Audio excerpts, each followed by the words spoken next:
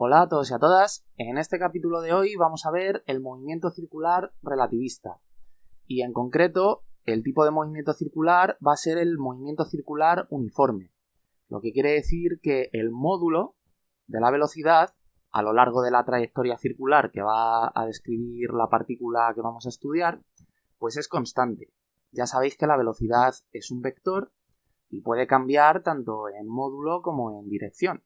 Y el movimiento circular uniforme es un tipo de movimiento muy especial que lo peculiar que tiene es que pese a que la velocidad no crece en módulo, como sí que cambia el vector, lo hace en la dirección, siempre la velocidad es un vector tangente en cada punto de la circunferencia, pues resulta que existe una aceleración. De ahí lo curioso, que existe una aceleración, sin embargo el módulo de la velocidad no aumenta, lo que hace es que cambia la dirección. Entonces, en relatividad, pues también este tipo de movimiento pues tiene sus cosillas interesantes y pues vamos a verlas. Entonces, lo primero que vamos a hacer es, como vamos a tratar un movimiento circular, pues vamos a dejar aquí una circunferencia dibujada y vamos a ir haciendo pues sobre la marcha todos los esquemas y tal. Bueno, lo primero a comentar, vamos a hacer un repaso rápido de los movimientos circulares. Entonces, en este tipo de movimientos, tomando el centro este de aquí, vamos a tomarnos nosotros como que somos el sistema O en reposo, que vamos a estar en el centro de la circunferencia, ¿vale? Entonces, vamos a marcar con un vector posición a este punto de aquí y este punto en un instante, en este instante en concreto, este va a ser el sistema O', o sea, el sistema que se está moviendo. ¿Por qué lo pongo justo en este punto de aquí? Bueno, pues eso lo vamos a ir viendo cuando vayamos haciendo los cálculos pertinentes, que es más que nada para que la velocidad, como el giro positivo angular en una circunferencia se define en el sentido contrario de las agujas del reloj, pues el vector velocidad para que me quede en la dirección X, pues en este punto la velocidad, como he dicho antes, es tangente a la circunferencia. Entonces, si escojo este punto de aquí, pues la velocidad de la partícula me va a quedar en esta dirección. O sea, voy a ponerla de hecho en otro color. Vamos a usar el color naranja. Entonces, en este punto de aquí, la velocidad, el vector velocidad, lo que va a ser es el módulo por el vector en la dirección X, o bueno, en relatividad cambiamos la notación y le llamamos el vector E1, ¿vale? Entonces es más que nada por eso, para que la velocidad me quede en la dirección X positivo. Vale. Entonces, como decía, vamos a refrescar un poco los movimientos circulares, que no es más que pues este vector posición, que vamos a llamar R, con la raya de vector, es un vector espacial, ¿vale? Un trivector de los de toda la vida. En un plano, eso sí, vamos a reducir el problema a 2 dimensiones espaciales. Entonces el vector R vamos a describirlo como el módulo de ese vector, que va a ser constante, en este tipo de movimiento circular es una constante, ¿vale? Por el coseno del ángulo. El ángulo siempre va a describirse desde esta recta aquí, o sea, desde esta posición, lo que sería el eje X, ¿vale? Entonces, en concreto, pues este va a ser nuestro ángulo, vamos a llamarle θ, que es este de aquí. Entonces, el vector posición pues será el módulo del radio vector por el coseno de θ en la dirección 1 más el seno de θ en la dirección 2. lo que sería el eje X y el eje Y. Vale. Luego, el vector radial o el vector ER unitario.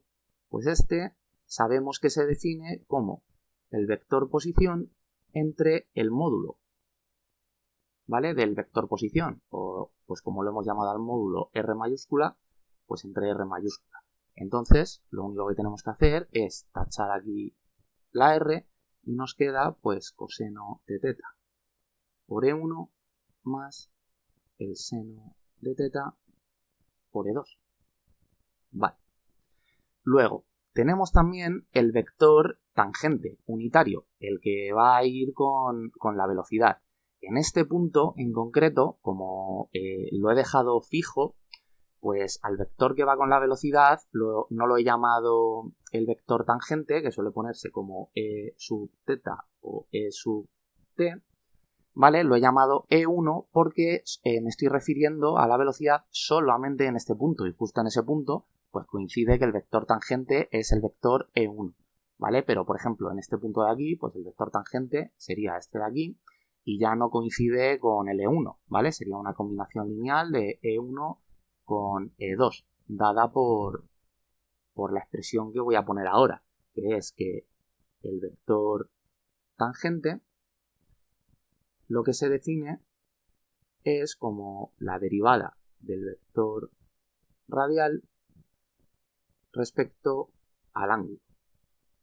Entonces este vector pues es menos el seno de teta por E1, que es la derivada del coseno, más el coseno de teta por E2. Entonces veis que justo en este ángulo de aquí, que es un ángulo de menos pi medios, pues el seno de menos pi medios es menos 1. Con este menos se cancela y nos queda E1 y el coseno de pi medios es 0, ¿vale? Así que por eso veis que en este punto de aquí, vamos a llamarlo de hecho el punto P, ¿vale? Pues en el punto P, justo pues el vector tangente es el E1, ¿de acuerdo? Y luego también vamos a ver lo que se llama el vector normal.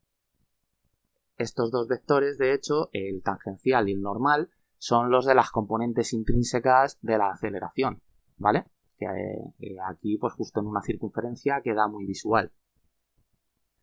Entonces, este vector lo que se define es como la derivada del vector tangente respecto al ángulo. Que lo que queda pues es menos coseno de teta, que es la derivada del seno, por E1, menos el seno de teta por E2. Y esto resulta que si sacamos factor común al menos, nos queda coseno de teta por E1 más seno de teta por E2, que es ER. Así que esto es menos ER. Y es así como se define el vector normal, ¿vale? Sería un vector que iría en la dirección contraria del vector posición, ¿vale? Bueno, pues vamos a empezar a hablar de relatividad. Lo primero que vamos a hacer es hablar del factor gamma.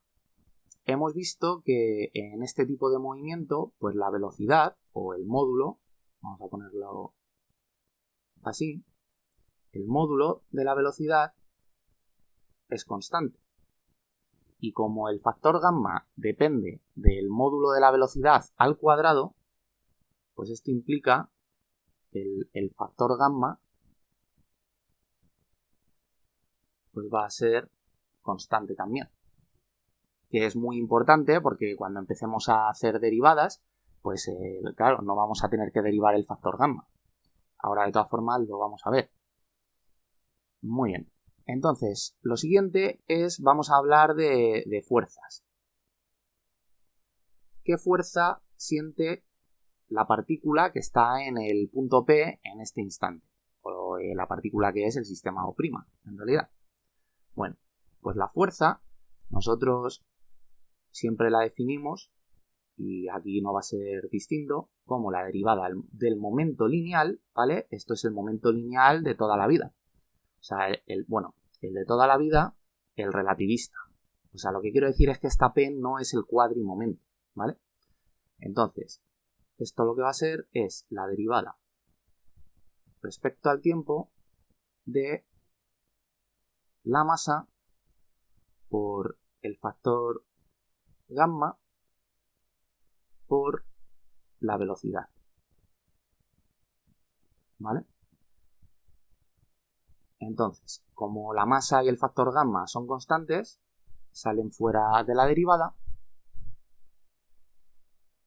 y la velocidad, vamos a usar las componentes intrínsecas. La velocidad es el módulo de la velocidad por el vector tangente. Digo que vamos a usar componentes intrínsecas, pues porque en un movimiento circular casan como un guante y porque también en el capítulo pasado estuvimos hablando de ellas y así pues enlazamos un poco todo, que también en el capítulo pasado hablé del movimiento circular, fue como acabé el capítulo comentando que era una de las motivaciones de las componentes intrínsecas. Entonces esto, pues ¿qué va a ser? Tendremos la masa por el factor gamma y como la velocidad, esta de aquí, esto es el módulo de la velocidad, pues eso hemos dicho que es constante. Por lo tanto, esta v sale y lo que tenemos que derivar es de hecho, voy a ponerlo así, el vector tangente. Lo que pasa es que el vector tangente, aquí estamos derivando respecto a t, el vector tangente no depende de t, depende del ángulo. Entonces, por la regla de la cadena, derivamos el ángulo respecto al tiempo. Muy bien. Pues esto lo que queda es m por gamma y la derivada del ángulo respecto al tiempo, pues nosotros esto sabemos que es la velocidad angular. Y la velocidad angular podemos ponerla como la velocidad, el módulo de la velocidad entre el radio, ¿de acuerdo? En coordenadas intrínsecas, este radio sería el radio de curvatura, pero en este caso, en un movimiento circular, el radio de curvatura pues es el radio, ¿vale? De la circunferencia. Por lo tanto, esta v con esta otra v de aquí, pues lo que queda es v al cuadrado entre r y la derivada del vector tangente respecto al ángulo, pues eso estaba por aquí abajo, eso es el vector normal, ¿vale? Pues lo ponemos por aquí,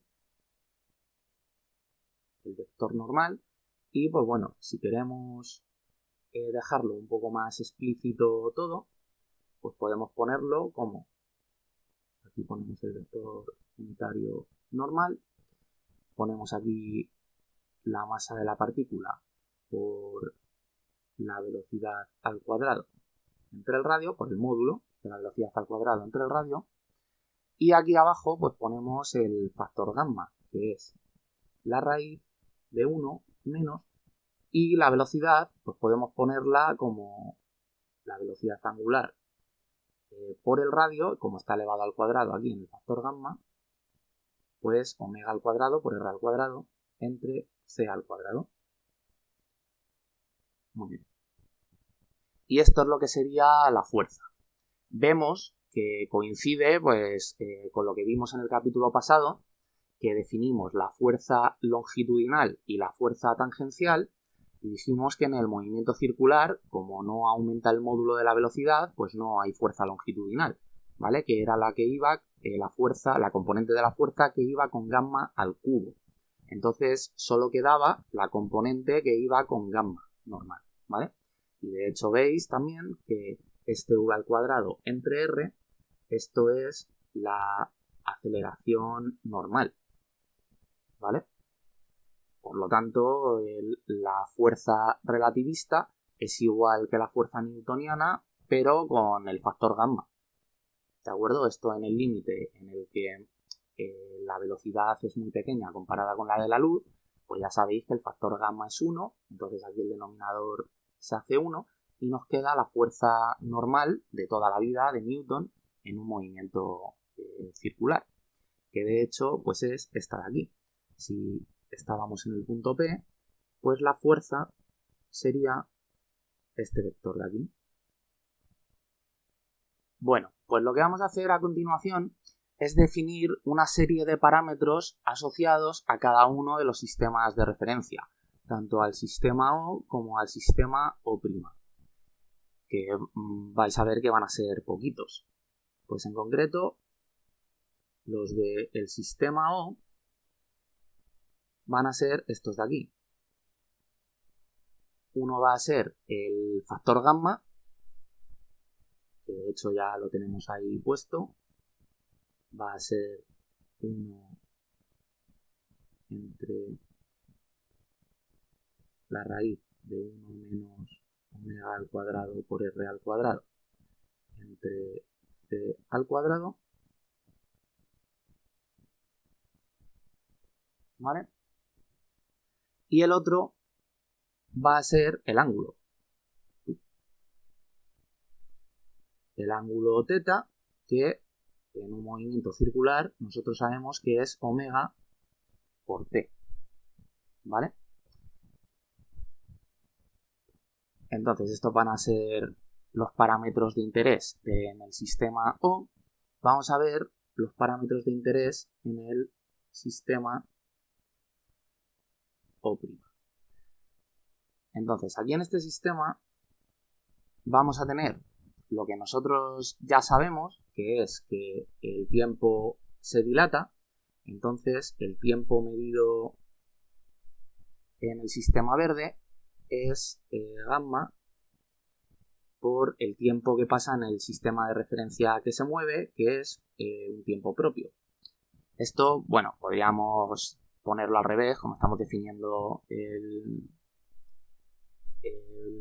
parámetros del sistema O', pues bueno, lo suyo es que pongamos esto como que el diferencial de tiempo propio es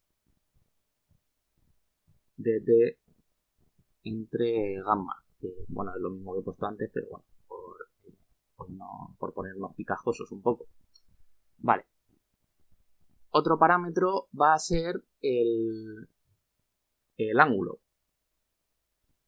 θ'O'. El ángulo θ' lo vamos a definir como la velocidad angular que observa el sistema en movimiento por el tiempo propio que pasa en este sistema.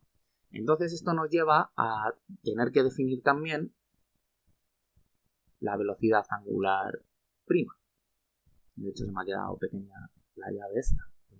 Entonces aquí viene algo que quería comentar, que es en el razonamiento que yo voy a hacer en este capítulo es un poco heurístico, que se llama. Es entre comillas, como una especie de argumento circular, que lo que vamos a hacer es, a través de todos estos parámetros que yo voy a definir, en principio de manera un poco arbitraria, por eso lo de heurístico, a lo que nos va a llevar es a que la fuerza, haciendo cálculos en relatividad, pues va a ser la fuerza que nosotros hemos calculado aquí al principio del vídeo, o sea, esta fuerza de aquí, ¿vale? Entonces por eso digo que va a ser un poquito raro, porque vamos a llegar al mismo sitio de donde hemos partido y lo único que quiero que quede claro en el vídeo pues es que todos estos parámetros que estamos definiendo en cada uno de los sistemas son así para que precisamente la fuerza sea esta, ¿vale? Entonces, vamos a hacer una cosa que va a ser la siguiente. Que ahora vais a ver, pues, esto que os digo, que a lo mejor parece un poco arbitrario, pero luego vais a ver el porqué. Que es que el ángulo θ y el ángulo θ' van a ser iguales. O sea, es el ángulo, esto va a ser un invariante. el por qué, pues como digo, tenéis que esperar al final del vídeo, que se hace más que nada pues porque si no, la fuerza que vamos a obtener no va a ser esta, ¿vale? Entonces, pues nada más que por eso.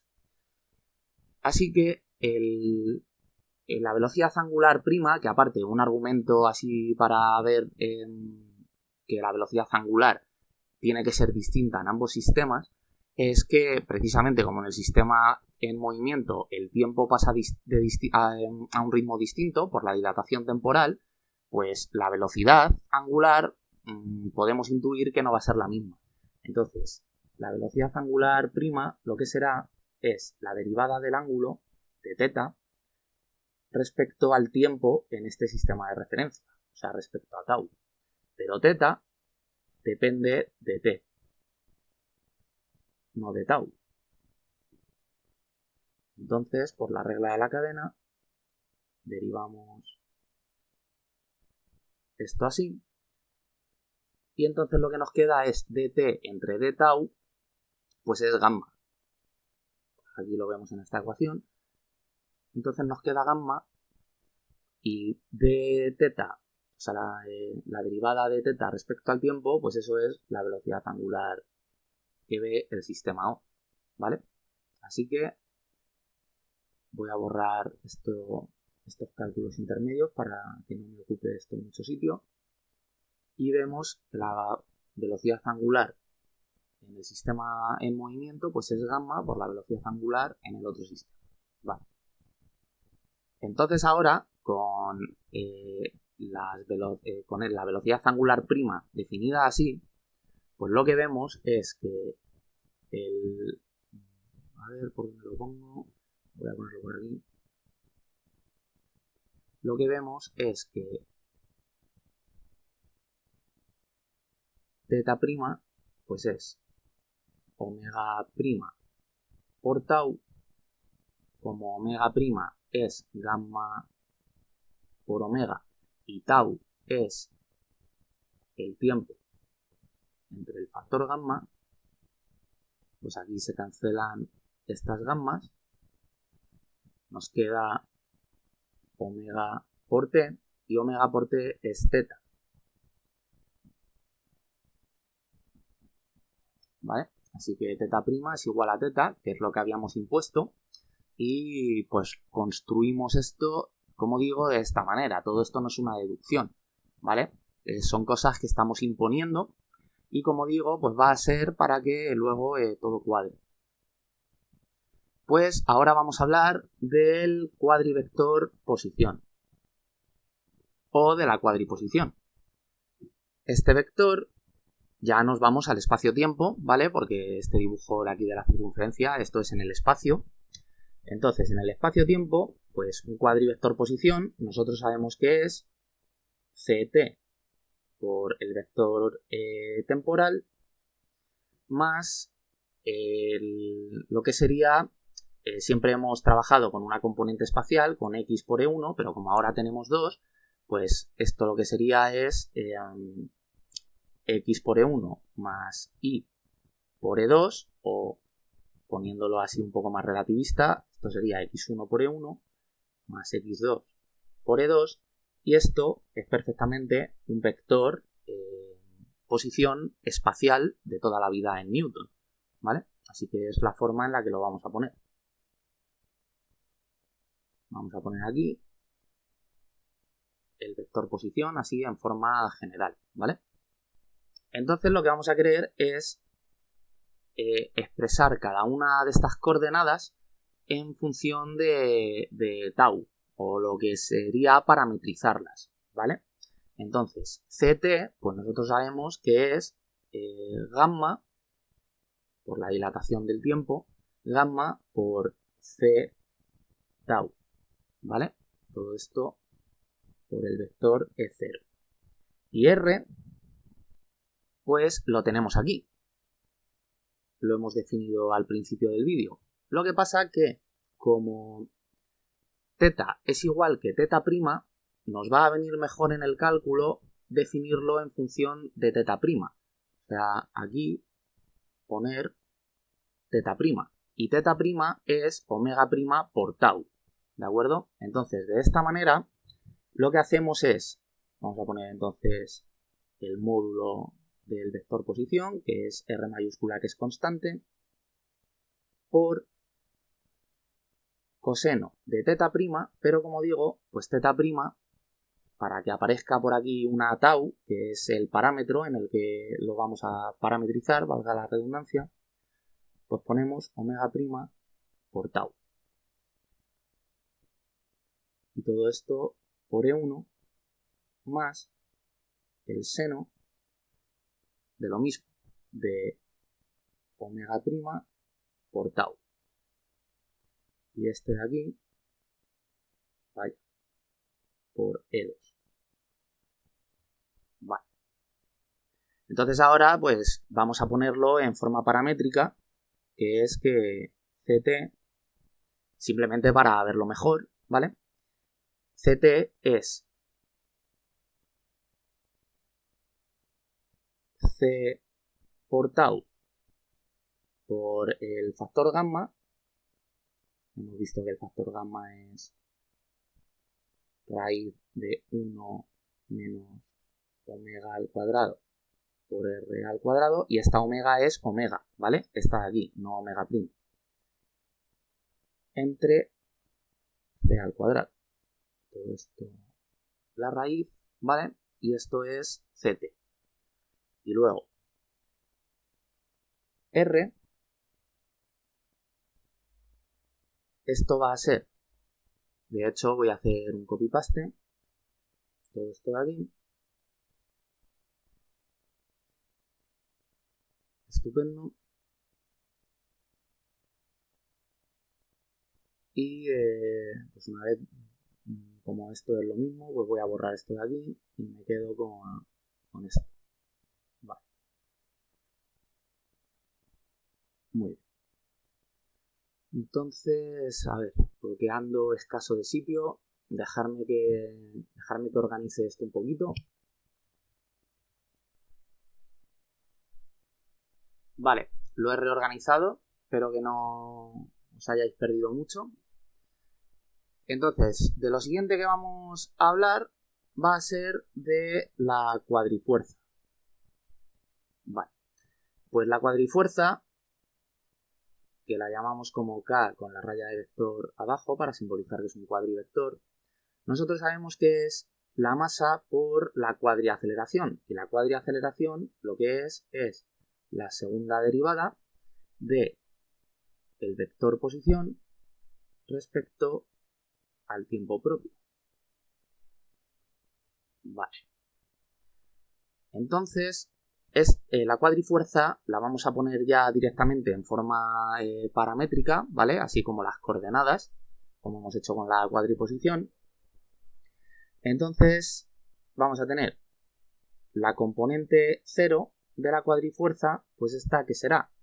Pues esto será la segunda derivada de la componente 0, que es CT respecto al tiempo propio.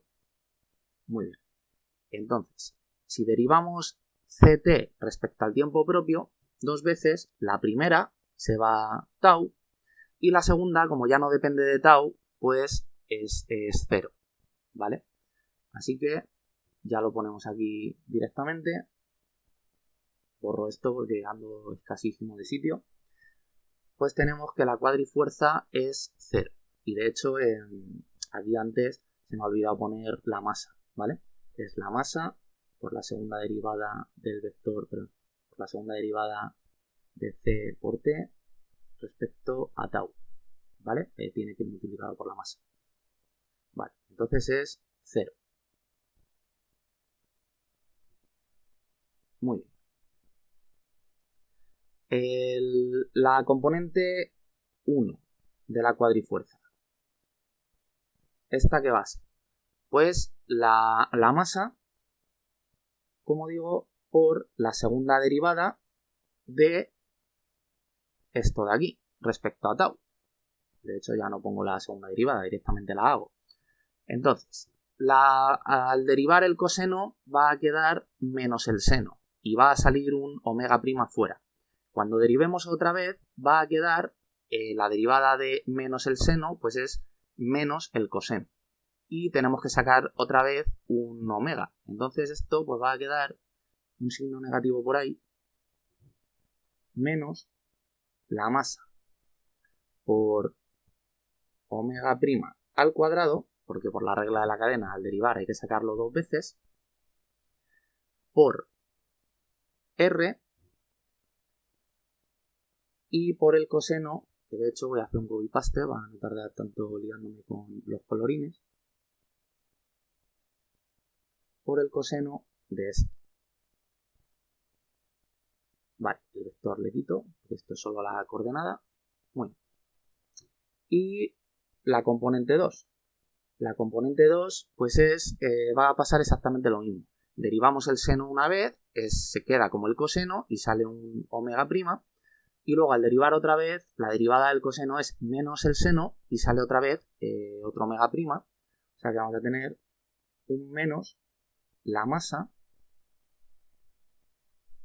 omega prima al cuadrado otra vez por R y por el seno de omega por B.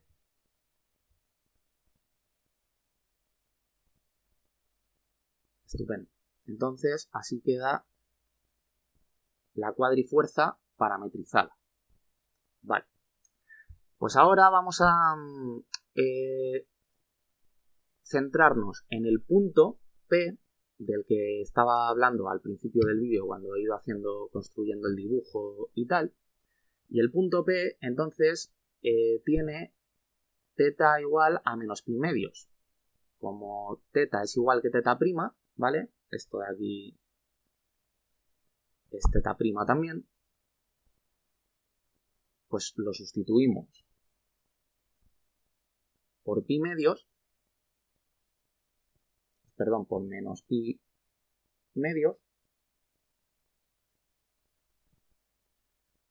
que esto sería, a ver cómo lo hago voy a poner aquí una P de que esto está evaluado en el punto P, ¿vale?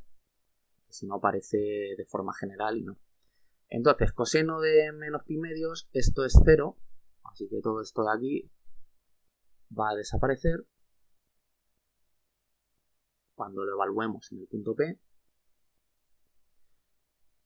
Y este de aquí, pues el seno de menos pi medios es menos 1. Entonces, el menos 1 con este menos se va y esto se queda como 1. Vale. Estupendo. Entonces aquí lo que vamos a hacer pues es sustituir omega prima al cuadrado, porque omega prima es gamma por omega. Entonces esto va a ser m por gamma al cuadrado por omega al cuadrado por r, ¿vale? Pero omega, pues hemos visto que omega es v entre r, si lo elevamos al cuadrado, pues queda así, y esta r se iría con este cuadrado de aquí, ¿vale? Así que vamos a ponerlo ya en forma bonita. Esto lo que quedaría es omega al cuadrado, v al cuadrado, partido r. Vale, estupendo. Pues vamos a hacerle a todo esto de aquí, a la cuadrifuerza, una transformación de Lorentz. ¿Por qué le podemos hacer una transformación de Lorentz? Porque si habéis visto capítulos pasados, he comentado que cuando existen aceleraciones en relatividad especial, pues las transformaciones de Lorentz dejan de ser válidas. De hecho, yo creo que en el capítulo siguiente veremos las transformaciones de coordenadas de sistemas acelerados, las que hay. O bueno, algunas. Porque luego hay una muy importante en concreto, que es las coordenadas de Rindler, que esa, pues bueno, a lo mismo tengo que hablar un par de capítulos de ella. A lo que iba. Las transformaciones de Lorentz son válidas porque la velocidad es constante, ¿vale? Entonces, en cada punto, pues como la velocidad es una constante, pues podemos en cada punto hacer como con el sistema ecomóvil a la partícula y son perfectamente válidas, ¿vale? Por lo tanto, vamos a poner aquí que las transformaciones de Lorentz son pues K0', K1', que es como ve la cuadrifuerza la partícula, ¿vale? Que se mueve. Y K2', ¿vale? Esta sería la... Espera, voy a dejar un poquito más de espacio. K2'. Todo esto, como digo, está evaluado en el punto P, ¿vale? Entonces, a ver, pues las transformaciones de Lorentz, nosotros sabemos que hay un truco mnemotécnico con los índices, así en relatividad, que es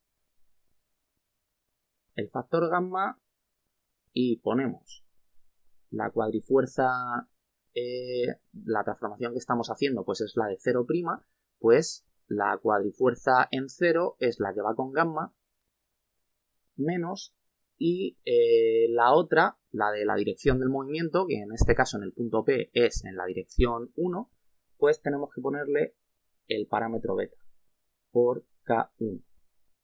¿De acuerdo? Igual, todo esto es en el punto P. Por lo tanto, K0 en el punto P y K1 en el punto P son 0 ambas, así que esto da 0.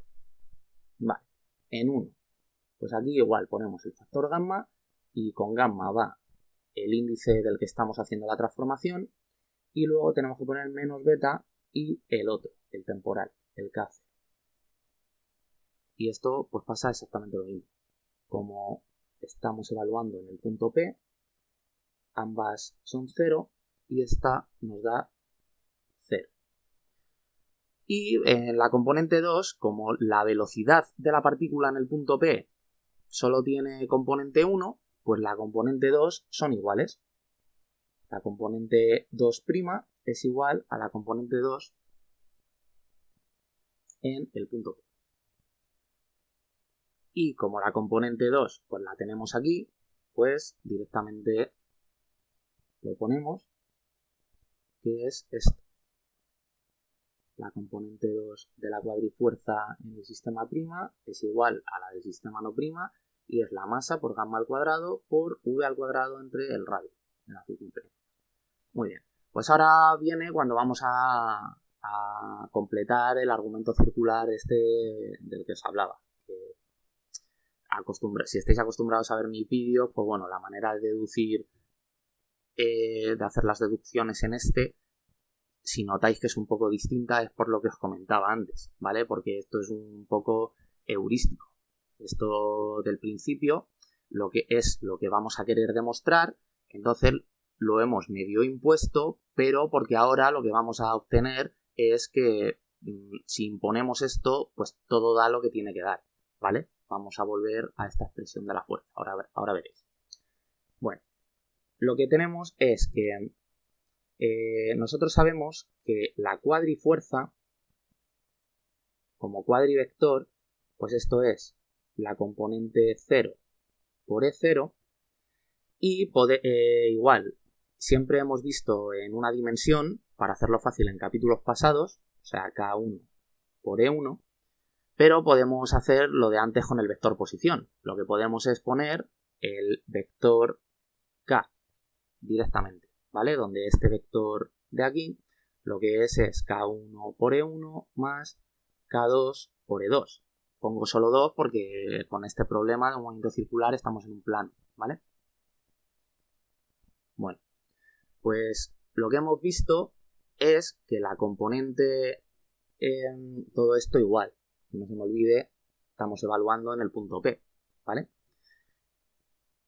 La componente 0 de la cuadrifuerza en el punto P, pues esto hemos visto que es 0, y entonces nos queda evaluar esto en el punto P, ¿vale?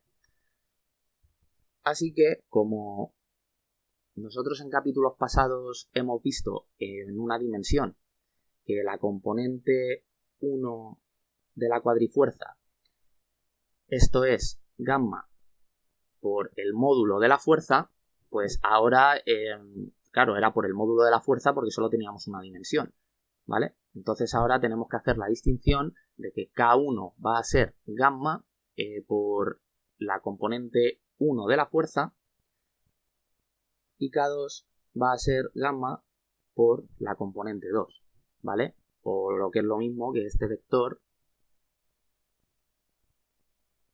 lo que va a ser es gamma por el vector fuerza, ¿vale? O sea, gamma por la fuerza 1 por E1 más gamma por la fuerza 2 por E2. Entonces, esta coordenada de aquí es la componente 1 de la cuadrifuerza y esta coordenada de aquí es la componente 2 de la cuadrifuerza. Pero nosotros hemos visto que en el punto P, que es donde estamos evaluando todo esto, ¿vale? La componente 1 de la cuadrifuerza es 0. Va a salir un poco raro este 0. Ahora. Entonces, este término de aquí se va y entonces la única forma que tenemos de obtener la fuerza en el punto P es a partir de la coordenada 2 de la cuadrifuerza. Por lo tanto, a lo que llegamos es a que la cuadrifuerza, la componente 2 de la cuadrifuerza en el punto P, pues va a ser gamma por la componente 2 de la fuerza. Esto de aquí le despejamos la fuerza, que es lo que queremos encontrar, y vamos a tener que la componente 2 de la fuerza pues es la componente 2 de la cuadrifuerza evaluado en P entre el factor gamma, ¿vale? Entonces la componente 2 de la cuadrifuerza, esa ya la tenemos, que es esto de aquí, es m gamma al cuadrado por esto.